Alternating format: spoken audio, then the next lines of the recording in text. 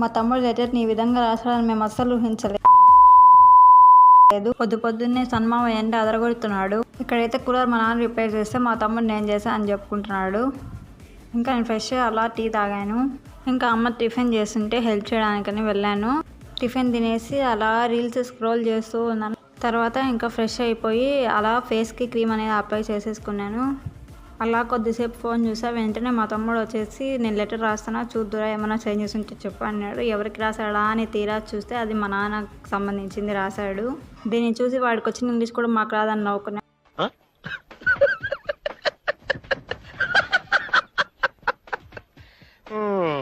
ఇంకా అందరం లంచ్ చేసి అలా సీరియల్స్ చూస్తూ పనుకున్నాం. ఇంకా లేచేసరికి సన్సెట్ కూడా అయిపోయింది. ఇంకా evening cook with Jathiratnalu show అయితే చూసాము.